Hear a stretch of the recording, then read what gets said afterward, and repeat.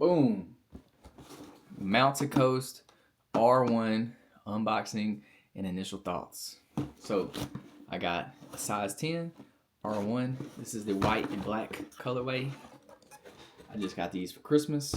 And if you're into ultra running, you've probably seen these all over the internet. These are specifically made for road ultras.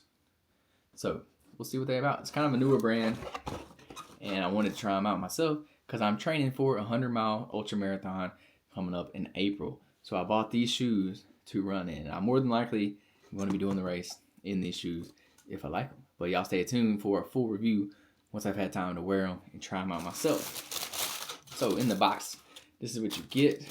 So you get a little poster. I'll show y'all that in a minute.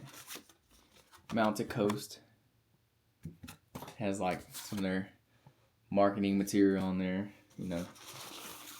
Oh, look at that. And it comes with a little shoe bag. That's a nice little touch. Mountain Coast logo on there. A little shoe bag. Don't know if I'll be using this, but so this is the colorway that I got. I got the white upper with the black sole. And I don't like an all white shoe because they get too dirty. And I don't like an all black shoe because I just don't like the way they look. So I go for something in between white and black together. I actually wish they had a black upper with a white midsole, but they don't have that. They offer an all black shoe, an all white shoe, or they offer this one. And they even have one with a blue sole, but I like this one the best. This one's pretty cool. So this is the shoe, R1, size 10. And if you haven't heard of these shoes yet, this is like their own patented technology. I forget what they call it. It says a GoFlow right here. I don't know if that's what they call it. But this is not a plate. There's not a carbon fiber plate. Apparently this has something to do with the way your feet land on the ground. This is supposed to help with that. So that's kind of like their little pitch for these shoes. Yeah, we're going to try it out and let you know what you think. Yeah, it's a pretty cool looking shoe. I like it. Heavy. Let's take this out. Pretty standard. I wouldn't say these are like super light. I've definitely had some shoes lighter than this, but they're definitely not heavy by no means. Yeah, I did not get the rubber outsole. So they have two different options on the outsole. You can get the standard, which is what I got, or you can get the rubber. I did not get the rubber. I got the standard one. I forget what they call it exactly. I'll put it on the screen somewhere what their standard one is called. But yeah, I got the normal one. So yeah, box. Here comes the other one. And that's all that's left in the box. But yeah, these are sweet. I like the way these look. I've never had an ultra pair of running shoes before, so we'll see what it's about. Yeah, the upper, there's definitely some mesh there, so it's gonna be good and breathable. Definitely some holes in here. That's all gonna be breathable. So the material feels nice. Pretty standard shoe in my opinion. I don't think it's nothing that kind of stands out. The one thing that does stand out about this shoe that's different from other shoes is their lacing mechanism. So most shoes just has one pair of laces all the way up. Well, this technically has two different lacing points. So if you can see that, the bottom three laces here, you can pull tight right here. And that's so you can get it tighter on the forefoot or tighter up here, depending on how you like it. So if your feet start to swell during your race, your toes start to swell up, then you can loosen this bottom section to create a little more space in the toe box. And these also have a pretty wide toe box as well. They're, like I said, they're made for racing, so they're definitely have a wider toe box. But yeah, I'm really interested in trying out this lacing mechanism right here. I've never seen anything like it. I've never tried it, so we'll see what it's about. I honestly don't think it's going to make that big of a difference. I really don't think you're going to notice it very often. But in the case of your feet swelling a lot, I think that could be a cool little touch.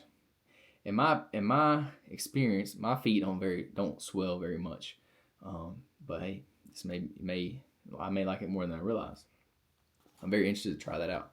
But you have the little Mountain Coast hit on the tongue. It says light sail here on the midsole. Zero sag. Oh, that's what it's called. Zero sag. This is their zero sag technology. That's what it's called. I forgot. Then you also have Mountain Coast right there. Their little logo on the back right there. So yeah, overall I think it's a good looking little shoe. I'm very interested in trying it out on my long run. I have a long run this weekend. I'm definitely going to try these out. There's also a little Mountain Coast logo on the outsole right there as well. So yeah, if y'all try these out, definitely let me know down in the comments what you think of them and which pair did you get. So they have two other pairs as well. They have a S1 and a P1, I believe it is. And I also saw a thing where they're coming out with the trail shoe. They're going to come out with the T1. So I'll be looking forward to seeing that one in the future. But yeah, I think it's very interesting that they come out with a shoe specifically for ultras that are on a road. So road ultras, they're not made for trail running ultras, which most ultras are.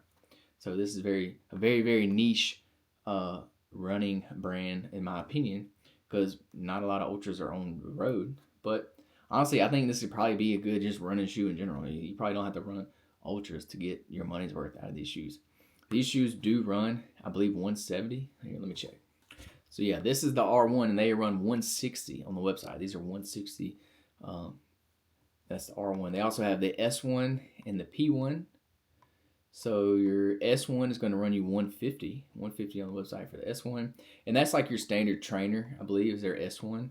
The R1 stands for race, so it's their race shoe. And then the P1, yeah, the S1 is going to be for your daily training. And then the P1 is going to be more of a supportive shoe. So I'm not sure what the P stands for. But the P1 will run you 160. So 150 to 160 is for these shoes, which is honestly pretty standard for shoes nowadays. Shoes are very expensive in my opinion for you to only get a few hundred miles. Another thing that they claim is they claim that you can get a lot more miles out of these than your standard running shoe. Most running shoes say you can get about 400 miles in a pair of running shoes. These actually claim to go about 800 miles. Let's see.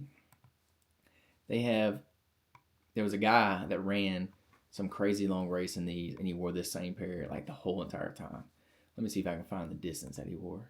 Oh, I forgot to show y'all. This, I think this has to do with the poster.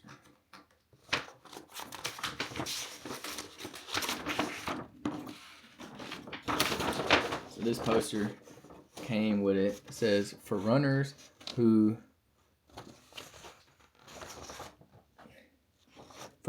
transcend distance. The R1. It says 17 days, 854 miles, 18 records, one pair of R1s. So that's what I was talking about. The runner, he ran 854 miles in one pair of these.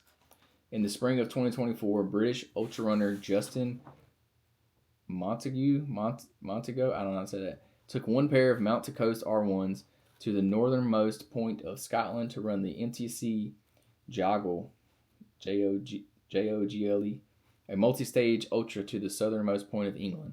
Over 17 daily stages, he ran 854 miles and 54,475 feet of elevation. The new record was almost 40 hours faster than the previous record, and he broke each day's individual stage record. He did it all in one pair of R1s. That's more than just running. That's ultra running. So that's their claim, that they'll go 854 miles. I'm assuming that's what they're saying by this. So that's a pretty cool little poster that they included. That's pretty neat. I like that. Yeah, there's a couple of stories online where people have used one pair for like a crazy long race. So I'm hoping that these last a little bit longer. And honestly, for 160, that's a little bit cheaper than a normal pair of normal runner is probably like 180 to 200. Some of them even over 200. And they only go about 400 miles. So if you can get 800 miles out of these, that'll be clutch. That's going to save you some money. But that is if they're supportive enough, if they're going to be comfortable, if you're going to like running them, if they're not that heavy. So we'll have to see all that in our full review. So y'all stay tuned to that. So yeah, initial thoughts. I really like the shoe. The upper feels nice. Midsole, pretty standard. Nothing crazy in my opinion, except the shoelaces. It's the only thing that really stands out. But yeah, we'll test out their claims to see if it really lasts and is comfortable and they're good for ultra running that they say they are. I'm really looking forward to putting them through their paces and testing them out on some runs to see how they perform. So I'll be back with a review when I've had a chance to fully test them out. So y'all let me know in the comments, what do y'all think of these shoes? Have you tried them out for yourself yet? And if you haven't, are you going to try out this brand? Do you like them? What's your favorite part about them? Yeah. But until then, y'all go ahead and check out my 100-mile ultra marathon prep series I'm doing. Go ahead and click right here to watch that. Y'all have a great day.